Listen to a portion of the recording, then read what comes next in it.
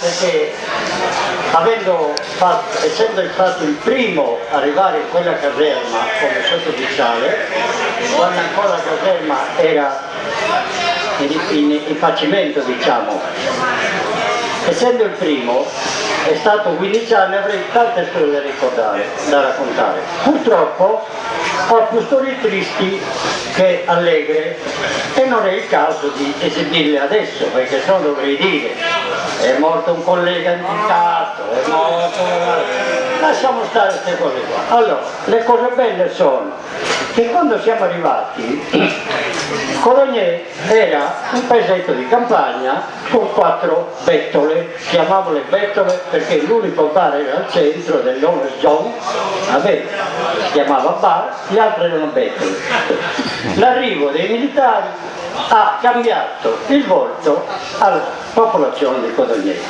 All'improvviso si erano improvvisate tutte le vandaie, i soldati andavano a lavare la biancheria, in tutte le case si faceva lavanderia, naturalmente per guadagnare qualcosetto. La povertà era povertà allora, non c'è niente da fare. E quindi il soldatino che portava le 10 lire era 10 lire, era difficile anche. Tutti facevano lavanderia. Insomma, ci siamo inseriti nel tessuto di Codogné. Praticamente non avendo neanche possibilità di andare fuori da Codogné, il primo centro era Conegliano, i soldati non potevano andare in macchina, non potevano usare. Quindi ci siamo inseriti nel tessuto di Codogné e abbiamo formato la popolazione di Codogné. Codogné sono arrivati da tutta l'Italia, come appunto dicevano gli altri, quindi ci siamo innestati in questo popolo contadino, va bene perché erano solo contadini allora, erano pochi, ma non solo qua, tutto era così.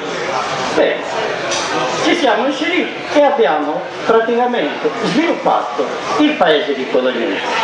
Inutile dica io che il sindaco di Codogné aveva vinto l'asta con gli altri sindaci a fare la caserma a Codogné, ha offerto lui i soldi per fare la caserma qua.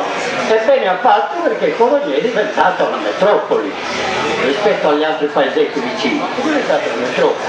Bene, io non avrei tanto da dire, dico che ci ho fatto 16 anni, purtroppo le ho viste di cotte e di crude, comunque sono fiero e contento di essere stato cittadino di Codogné per 15 anni consecutivi. Qui è nato la famiglia. Grazie per la sua testimonianza. C'è qualcun altro? Dai, forza, non siate timidi, dai.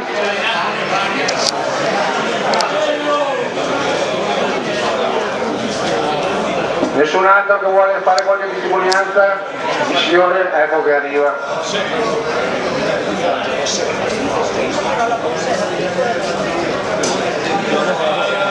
Vuole il sindaco? Il sindaco?